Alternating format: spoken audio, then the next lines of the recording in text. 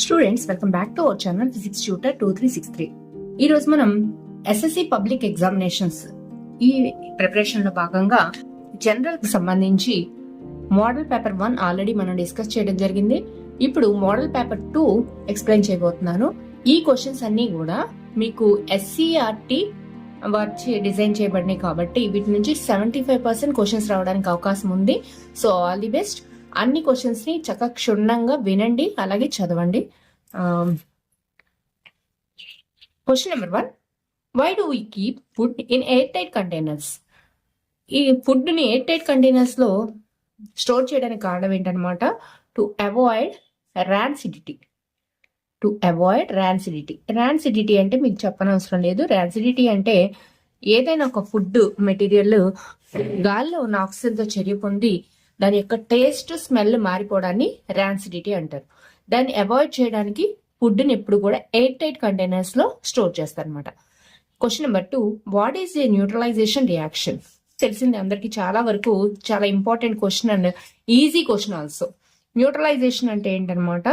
Acid plus base, the reaction between acid and a base.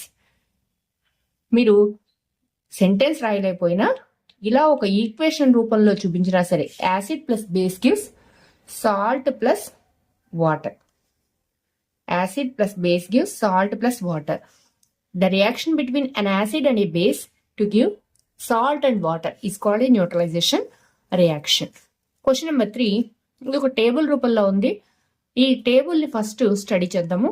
Substance X blue colour turns to red, red litmus remains same. So Y blue litmus remains same, red litmus remains same. So litmus ని change ఏదనమాట? Y అనమాట. ఇక్కడ Z remains same, red litmus turns to blue.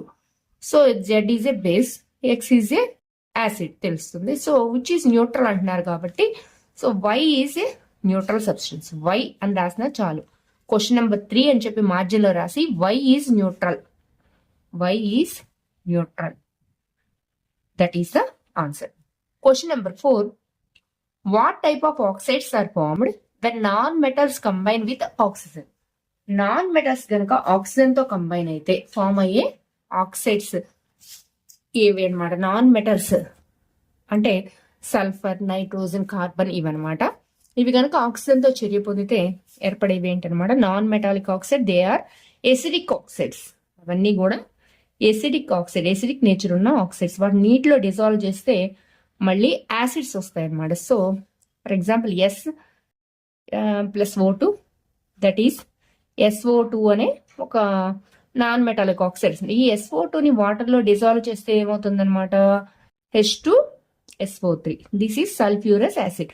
So ఇది okay, మీకు just subject revision కోసం చెప్పాను కానీ దీనికి ఇదేమి ఆన్సర్ కాదు. దీనికి కేవలం ఆన్సర్ ఏంటనమాట? Acidic oxides. Non metallic oxides కి ఉండే లక్షణం acidic oxides. Question number 5, write any one use of ethanol or alcohol. Alcohol తయారు చేయడం పర్పస్ ఏంటనమాట? మెడిసిన్స్ కోసం. It is a good solvent, so it is used in medicines. It is used in medicines or syrups. అన్ని రకాల drugs, cough syrups లోను alcohol use చేస్తారు. Question number 6, the changes in focal length of an eye lens is caused by the action of the.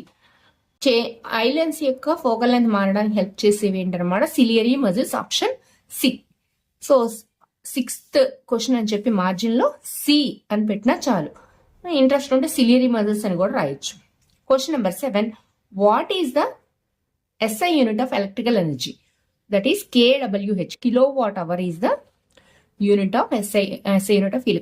ఇక్కడ kilowatt hour ని మనం major unit గా చెప్తాం. అలా కాకుండా వాట్ అవర్ రాసినా రైటే, జౌల్స్ రాసినా రైటే. ఇవన్నీ కూడా ఎలక్ట్రికల్ ఎనర్జీకి యూనిట్సే. వీటిలో ఏ ఒక్కటి రాసినా సరే ట్రూ అవుతుంది అనమాట, రైట్ ఆన్సర్ అవుతుంది. Question number 8, name a device that helps to measure a potential difference across a conductor. Potential difference ని మెజర్ చేసే డివైస్ పేరు ఏంటనమాట? Voltmeter. That is voltmeter. ఒకవేళ వోల్ట్ మీటర్ ని ఎలా కనెక్ట్ చేస్తారు అన్ననే అడగొచ్చు. దట్ ఈస్ ప్యారలల్ కనెక్షన్ చేస్తారు అన్నమాట. వోల్ట్ మీటర్ ని ఎప్పుడు కూడా సర్క్యూట్ లో ప్యారలల్ గా కనెక్ట్ చేయాలి. అలాగే యామ్మీటర్ ని సిరీస్ లో. ఇక సెక్షన్ 2లోకి వెళ్ళిపోతున్నాం. సెక్షన్ 2లో 3 క్వశ్చన్స్ ఉంటాయి. 3 2s are 6 అంటే ఇక్కడ చాయిస్ అనేది లేదు. There will be no choice, అన్ని క్వశ్చన్స్ రాయాల్సిందే. Question number 9, identify the alkanes and alkynes. సరే, ఆల్కైన్స్ ఇక జనరల్ ఫార్ములా ఏంటో చూద్దాం. Alkanes CnH2n+2, alkenes CnH2n, alkynes that is CnH2n-2. So ఈ రూల్ ఫాలో అవుతున్నాయి ఏంటి? CnH2n+2. ఇక్కడ చూడండి 2 2s are 4 + 2 6. This is ethane, so this is alkane. C3H8, this one also alkane. C3H6 చూడండి, ఇక్కడ కార్బన్ యొక్క సఫిక్స్ డబల్ చేస్తే హైడ్రోజన్ యొక్క సఫిక్స్ వస్తుంది కాబట్టి ఇక్కడ ఆల్కీన్స్ దట్ ఈస్ ప్రొపీన్ అనమాట, propene. C2H2 that is ఎస్టిలీన్ ఆల్కైన్, C2H2. CH4 ఇక్కడ కూడా మనం డబల్ చేసి 2 యాడ్ చేస్తే వస్తుంది కాబట్టి ఇది కూడా ఆల్కేన్ యొక్క లిస్ట్ లోకి వెళ్తుంది. This is methane, CH4. So ముందు జనరల్ ఫార్ములాలు తెలిస్తే వాటి నుంచి మనం ఇది ఏది ఆల్కేన్ అనేది మనం ఫైండ్ అవుట్ చేయడానికి ఈజీగా ఉంటుంది. Question number 10, a ray passing through the center of curvature of a concave mirror after reflection is reflected back along the same path. Why? ఇక్కడ answer ఏంటనమాట, a ray passing through the center of curvature is normal to the mirror. ఇక్కడ diagram లో కనిపిస్తున్నట్టు మీకు centre of curvature ద్వారా పోయే ప్రతి line mirror కి ఒక normal అవుతుంది అనమాట, 90 degrees యాంగిల్ చేస్తూ పడుతుంది. So for normal incident angle I = angle R = 0 degrees కాబట్టి రిఫ్లెక్షన్ సేమ్ అదే పాత్ లో రీబ్యాక్ అవుతుంది అనమాట light ray. Question number 11, why are copper and aluminium wires usually employed for electricity transmission. So a wire ని electricity transmission కి use చేస్తామంటే అది గుడ్ కండక్టర్ అవ్వాలి. 2 రీజన్స్ రాద్దాం. Good conductors, they are good conductors. రెండోది they have low resistivity, so ఈ 2 reasons మూలాన వాటిని, also because they are cheap అని కూడా రాయొచ్చు. అవి కాస్ట్ కూడా తక్కువ ఉంటాయి కాబట్టి వాటిని ఎలక్ట్రిసిటీ ట్రాన్స్మిషన్ కి యూజ్ చేస్తాం. Well, draw any one of the following diagrams. ఇక్కడ ఈ 12th లో ఏబి క్వశ్చన్స్, ఫస్ట్ క్వశ్చన్ ఏమో మీకు లైట్ లెసన్ నుంచి ఉంటుంది, సెకండ్ క్వశ్చన్ ఖచ్చితంగా యాసిడ్స్ నుంచి వస్తుంది. యాసిడ్స్ తో ఉన్న డయాగ్రామ్స్ ముఖ్యంగా 3 ఉన్నాయి కాబట్టి ఆ 3 డయాగ్రామ్స్ ప్రాక్టీస్ చేస్తే ఖచ్చితంగా 4 మార్క్స్ క్వశ్చన్ ఒకటి అందుతుంది అనమాట. ఇది R క్వశ్చన్ కాబట్టి 2 ఇంటర్నల్ చాయిస్ ఉంది కాబట్టి ఈ క్వశ్చన్ రాకపోయినా, ఈ డయాగ్రామ్ గీయలేకపోయినా మనం ఈ డయాగ్రామ్ ఈ 3 ఒకటి ఖచ్చితంగా వస్తుంది. ఒకటేమో యాసిడ్స్ కండక్ట్ ఎలక్ట్రిసిటీ ఒకటి, రెండోది యాసిడ్స్ రియాక్షన్ విత్ మెటల్స్ ఒకటి, మూడోది passing carbon dioxide into lime water. 3 diagrams ఉన్నాయి కాబట్టి 3 ప్రిపేర్ అవ్వండి. Question number 13, give 2 important uses of bleaching powder and plaster of Paris. Number 13, give 2 important uses of bleaching powder and plaster of Paris. ఇక్కడ uses ఏమైనా 2 రాస్తే సరిపోతుంది. ఇక్కడ మీకు screen పైన కనిపిస్తున్నాయి uses of bleaching powder textile ఇండస్ట్రీలో యూజ్ చేస్తామని, అట్లాగే uses of plaster of Paris కూడా ఇక్కడ కనిపిస్తుంది. Question number 14, observe the ray diagram and answer the following questions. ఇక్కడ ఒక రే డయాగ్రామ్ ఉంది. ఏంటంటే ఇది బైకాన్వెక్స్ లెన్స్, ఆబ్జెక్ట్ ఏమో బియాండ్ 2f1 ఉంది, ఇమేజ్ వచ్చేసరికి between f2 and 2f2 form అయింది. ఈ క్వశ్చన్స్ చూడండి. Which lens is used in this diagram? Which lens is used? That is biconvex lens. Question number 2, where is the position of the object? Object ఎక్కడుంది? Beyond 2f or beyond 2f1. 2f1 కి అవతల ఏర్పడింది. Question number 3, where is the position of the image? Position of the image ఇక్కడ between f2 and 2f. Between f2 and 2f2. Question number 4, what is the nature of the image? ఇక్కడ ఈ సందర్భంలో only F కి ఓకి మధ్యలో object ఉన్నప్పుడు తప్ప మిగిలిన అన్ని సందర్భాల్లో ఇమేజ్ ఈస్ రియల్ అని తెలుసు మనకి. రియల్ ఇమేజ్ రెండోది inverted. Real images always inverted. ఎప్పుడు కూడా రియల్ ఇమేజ్ అంటే అది ఒక ఇన్వర్టెడ్ ఇమేజ్. మూడోది సైజు. ఆబ్జెక్ట్ దూరంగా 2F అవతల ఉన్నప్పుడు ఇమేజ్ సైజు స్మాల్ సైజ్. డైమినిష్డ్.